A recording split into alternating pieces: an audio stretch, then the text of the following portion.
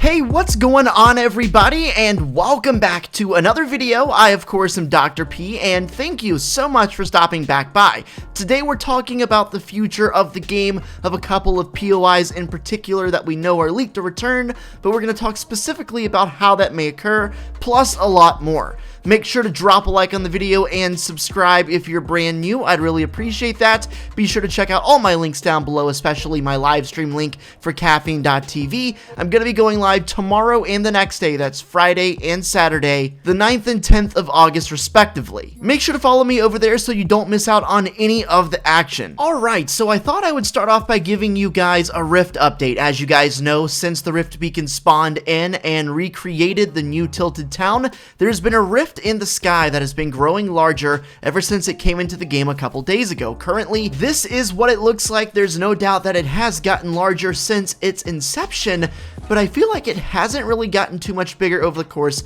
of the past 24 hours, if at all, which is very interesting. Something else I observe about the Rift is it is 110% directly over Tilted Town. Therefore, I'd say it's safe to assume that Tilted Town's secret powers, or whatever it is that's surrounding it and making it so we can't build or break anything inside the premises, was caused by that rift, and definitely seems to be. Now, I do still expect this rift to get bigger over time. Pretty much the exact opposite of what the rift did last time it was in the game, of course. It got smaller and disappeared. Maybe it's going to go in short bursts, like maybe every week the rift will expand, change another location around the map, and just keep on going that way until all of those leaked POIs return, or at least in some form, because I still don't know if that leaked list is going to have those places come back exactly as they were, or in some kind of modification. It wouldn't shock me at all if at least 2 or 3 places on this list come back, but they're modified in some way to maybe be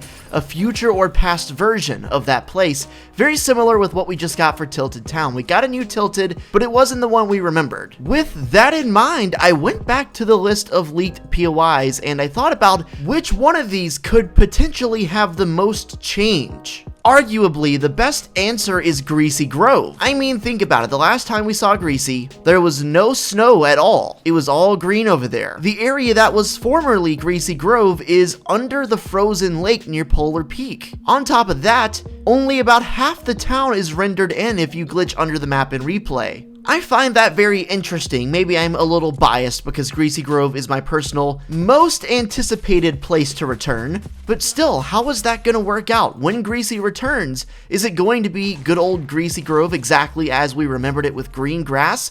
Or is it going to be a new Greasy with snow and ice? As we know with Tilted, they brought back Tilted Town, which is a new POI, but it's still kind of similar. If they end up having a wintry Greasy Grove, what if they called it GLACIER GROVE? I think that would be a perfect name and obviously makes a lot of good sense, and it rolls right off the tongue. Let me know your thoughts. By that same token and logic, you gotta wonder about Flush Factory too.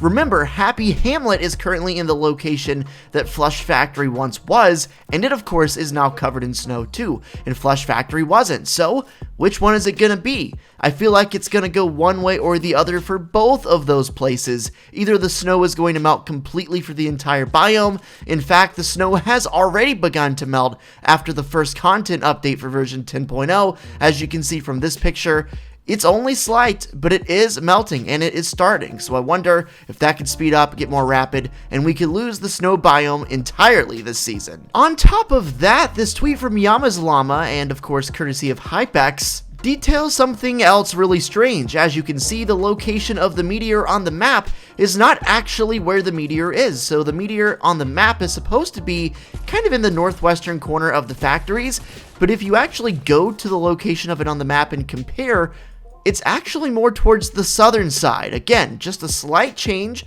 but I think it does show the progress the Meteor is probably going to end up making this season. I think it's still going to go and hit the Dusty Depot. It looks to be headed in that direction. But yeah, it does look like the snow has begun to melt, and we should be able to expect more of that and possibly increasing melting speeds along with every update, maybe even sooner than that. Also, take into account the location of the melting. As you can see from the tweet, or as you saw, the location in question of the melting is at the Viking base near Greasy. It is basically not far at all. It is actually close, quite close in fact, to the frozen lake where Greasy used to be. If they pick up the pace with the melting, it shouldn't take more than a few weeks, I think, at most, to bring this place back. Of course, this is only speculation. Take what I'm saying with a grain of salt, but that doesn't mean I don't think I make some good sense. I want to go back to something I talked about earlier in the video. I talked about how possibly the rift over this tilted town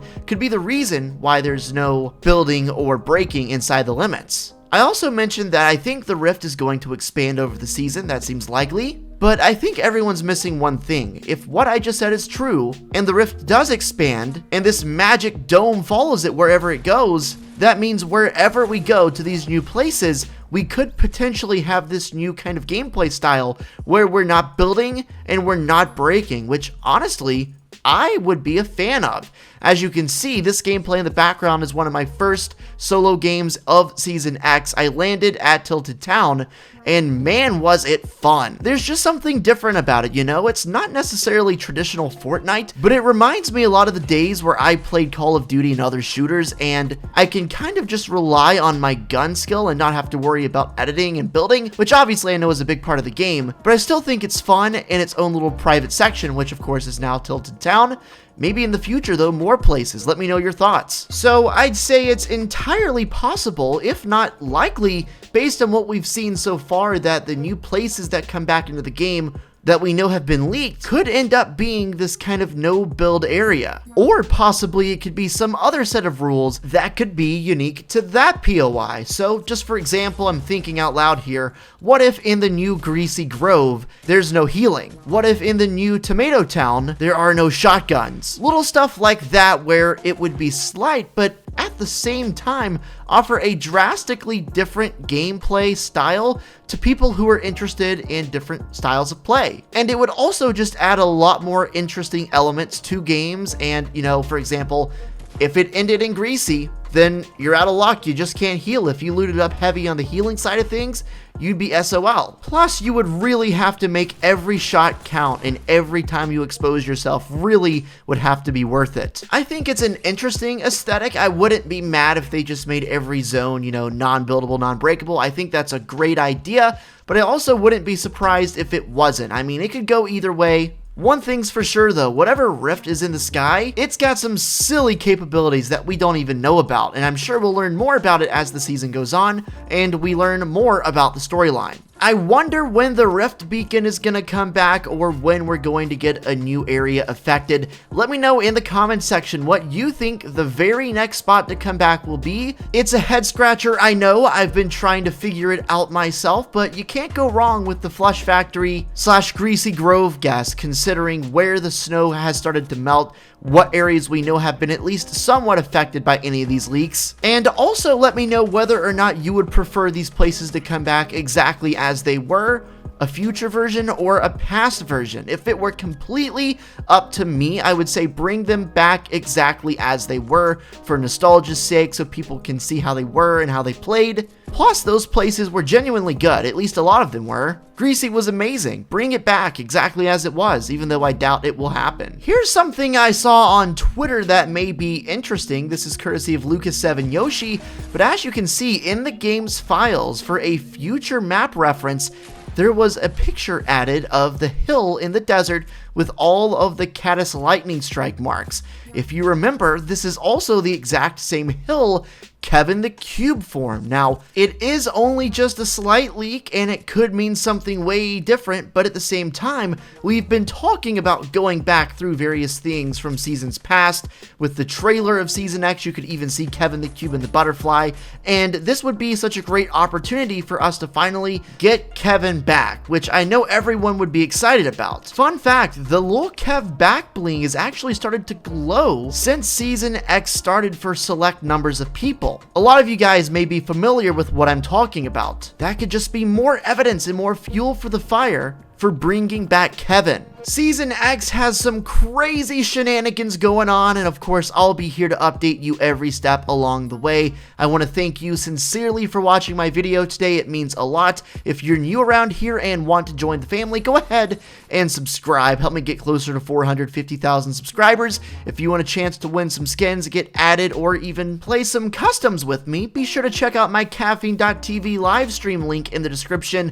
Almost at 8,500 followers over there as well. I actually had a pretty good game here. I got 10 kills, one of my first games on, and I was feeling good, but I died top 5. GG's. Hope you have a good day. I'll catch you in the next video, and peace out.